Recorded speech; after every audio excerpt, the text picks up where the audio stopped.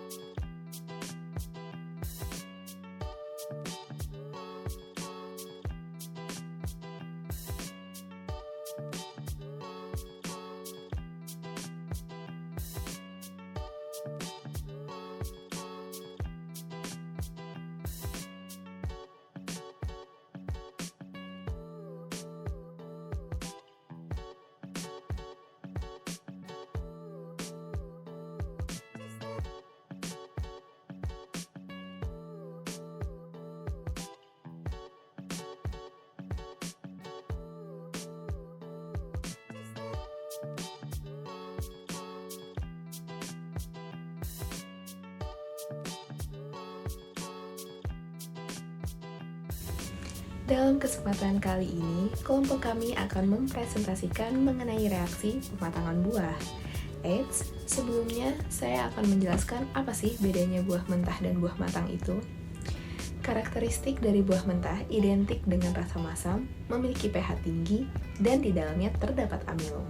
Sementara itu, buah matang adalah buah yang sudah tidak terasa masam karena adanya senyawa netral, senyawa aromatik, dan senyawa ester. Pematangan buah dapat dijelaskan sebagai proses perubahan dari segi fisik meliputi warna, tekstur, atau aroma yang dipengaruhi oleh genetik buah tersebut. Dapat juga dikatakan sebagai tahapan dari proses penuaan yang melibatkan asam organik menjadi gula dan rusaknya membran sel sehingga jaringan mengering akibat hilangnya cairan dari sel. Tahapan yang dicapai dari proses pematangan buah ini dilakukan sebelum kegiatan panen. Di sini saya akan menjelaskan tentang tujuan pematangan buah. Apa sih tujuan pematangan buah? Tujuannya itu untuk mengurangi kandungan asam dalam buah tersebut, meningkatkan kadar kandungan gulanya, mendapat produk yang unggul dari segi fisik meliputi warna, tekstur, atau aroma yang dapat diterima oleh konsumen, sehingga orang yang memakan atau menerima buah itu merasakan kelezatan buah tersebut karena sempurnanya dalam pematangan buah, dan mempercepat terjadinya pematangan buah saat perkembangan buah tersebut lambat. Pada slide selanjutnya, saya akan menjelaskan tentang keadaan buah saat mencapai kematangan itu seperti apa sih. Berdasarkan segi fisika dan kimia, buah dapat dikatakan sudah matang apabila dari segi perubahan fisiologi mengalami kecepatan respirasi atau fisik dan memiliki kandungan gula, asam, dan vitamin C. Sementara itu, dari segi sensoris dipengaruhi oleh warna, tekstur atau aroma, dan perhitungan usia yang dihitung sejak bunga dari buah tersebut mekar. Kerusakan vitamin C berhubungan dengan aktivitas enzim ascorbic acid oxidase yang terdapat dalam jumlah lebih tinggi pada buah yang masak. Penurunan kandungan asam dapat terjadi karena terjadinya konversi asam membentuk gula setelah buah lewat matang. Peningkatan kandungan padatan terlarut disebabkan oleh perubahan polisakarida atau pektin, pati, dan hemiselulosa menjadi gula terlarut sederhana. Nah, pengaruh pematangan buah pada kekerasan pada buah. Penurunan nilai kekerasan menunjukkan terjadinya pelunakan pada buah selama proses pemasakan buah. Akan terjadi perubahan kandungan pektin oleh aktivitas enzim yang menyebabkan buah menjadi lunak. Nah, perombakan bahan-bahan organik kompleks yang terjadi selama proses respirasi akan menghasilkan gula-gula sederhana dan asam-asam organik yang akan mempengaruhi aroma dari buah tersebut. Kemudian kita akan membahas tentang macam-macam proses pematangan buah. Secara garis besar, proses pematangan buah dibagi menjadi dua jenis, yaitu pematangan buah secara alami dan pematangan buah secara buatan, atau lebih tepatnya dengan bantuan manusia. Proses pematangan buah secara alami yaitu dengan gas etilen yang dihasilkan oleh tumbuhan. Sedangkan untuk pematangan buah secara buatan yaitu dengan memanfaatkan gas asetilen dari penggunaan kalsium karbida atau karbid dan juga penggunaan senyawa etepon yang nantinya akan memicu produksi gas etilen pada tumbuhan. Yang pertama, kita akan membahas tentang pematangan secara alami dengan penggunaan gas etilen. Gas etilen merupakan zat alami yang dihasilkan dari proses metabolisme normal di dalam tumbuhan. Gas etilen ini dihasilkan dari hampir semua bagian tumbuhan tingkat tinggi, termasuk daun, batang, akar, bunga, buah, dan juga umbi, dan juga termasuk biji. Namun utamanya, etilen ini diproduksi oleh buah dan daun yang sudah dewasa, atau dengan kata lain, etilen ini lebih banyak diproduksi pada saat buah akan memasuki masa pematangan. Pematangan buah secara alami dengan gas etilen ini termasuk yang paling mudah untuk dilakukan, karena hanya dengan menyimpan buah di tempat tertutup atau dengan membungkus buah menggunakan daun seperti daun pisang atau daun mangga, maka pematangan akan lebih cepat terjadi. Hal ini terjadi karena pada saat buah disimpan di tempat tertutup, maka gas etilen yang dikeluarkan oleh buah mentah akan terperangkap dan akan terus berada di sekeliling buah, sehingga buah akan lebih mudah untuk mengalami pematangan. Lalu, jika buah dibungkus menggunakan dedaunan, maka gas etilen pada dedaunan ini akan membuat pematangan lebih cepat lagi, karena dengan gas etilen yang ditambah dari dedaunan ini dan ditambah dengan gas etilen yang dihasilkan oleh buah itu sendiri, maka proses pematangan secara teori akan lebih cepat dilakukan. Berikut merupakan contoh pematangan buah secara alami dengan memanfaatkan gas etilen.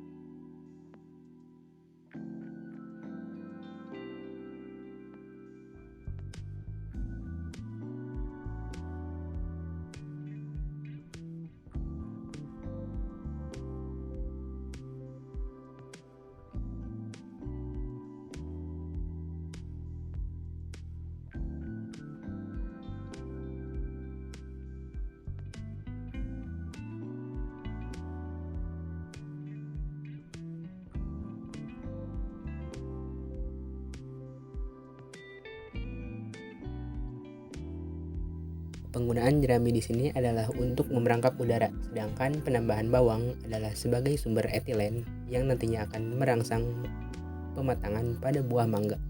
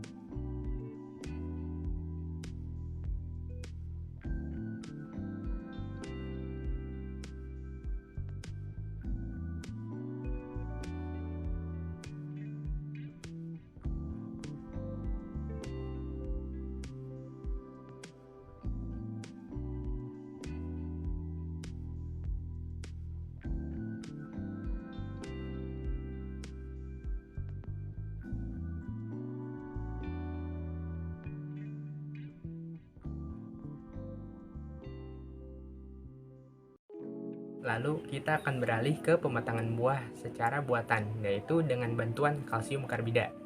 Kalsium karbida banyak dijual di pasaran dalam bentuk batuan padat ataupun dalam bentuk serbuk berwarna hitam keabu-abuan.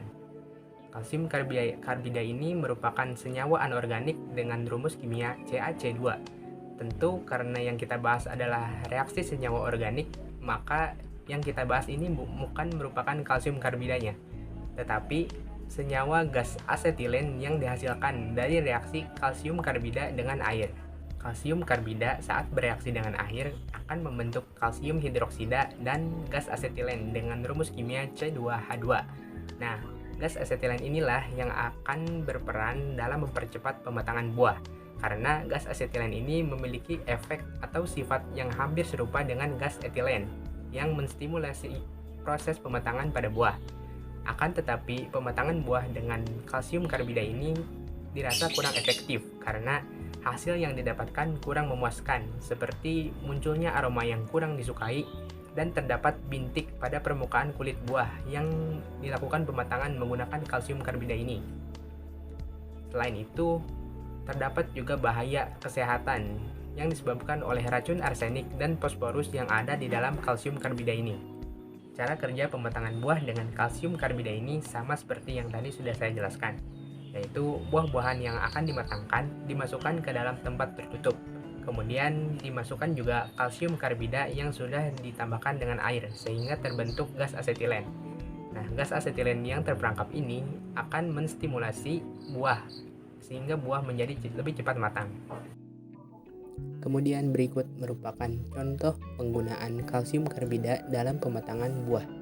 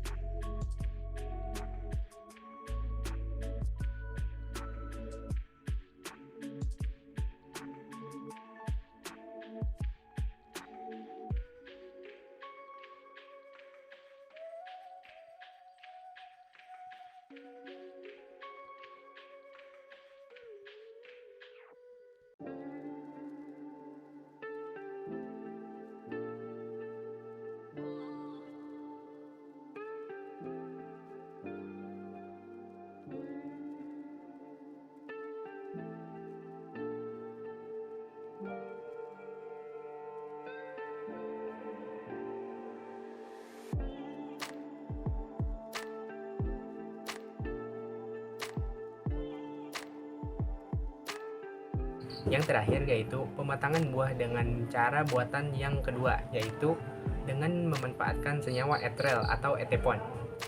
Etrel atau etepon ini adalah suatu senyawa kimia yang berbentuk cairan yang berperan dalam merangsang pertumbuhan tanaman. Etrel banyak digunakan di beberapa tempat sebagai agen untuk mempercepat pematangan buah.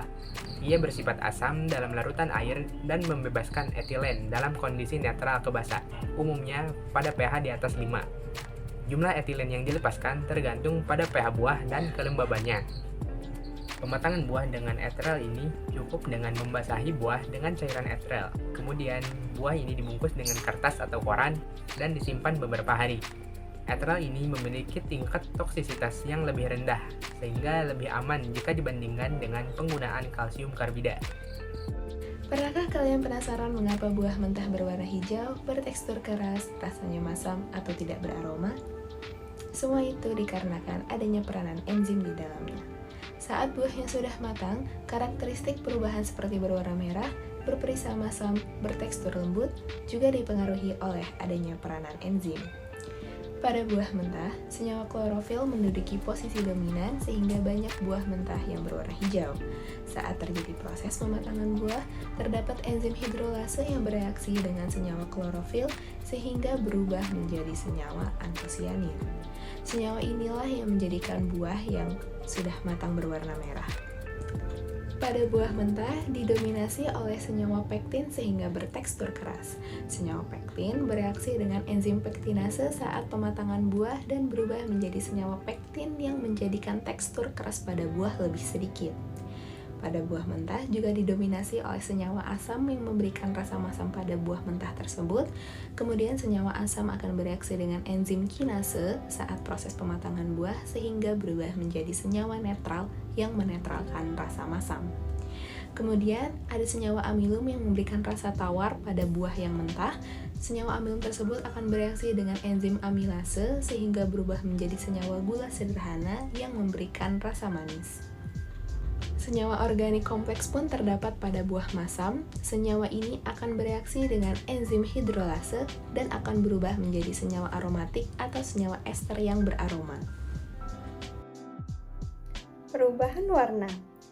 Perubahan warna terjadi karena penguraian pigmen hijau yang disebut klorofil oleh enzim hidrolase, bersamaan dengan pembentukan dan akumulasi pigmen lain yang bertanggung jawab atas warna merah, ungu, atau biru, atau bisa disebut dengan antosianin, atau warna merah, kuning, atau jingga terang, yang biasa juga disebut dengan karotenoid. Perubahan tekstur. Kelembutan atau kekerasan buah ditentukan oleh keadaan dinding selnya. Dinding sel yang mengelilingi setiap sel tumbuhan terdiri dari lapisan gula yang kaku, yang biasanya disebut dengan polisakarida. 3 polisakarida utama dinding sel, yaitu yang pertama, selulosa, yang kedua, hemiselulosa, dan yang ketiga, yaitu pektin. Kerusakan dinding sel terjadi ketika protein yang disebut enzim melarutkan polisakarida ini. Kelarutan dinding sel inilah yang membuat tekstur buah menjadi lebih lembut. Selanjutnya, di sini saya akan menjelaskan mengenai perubahan rasa.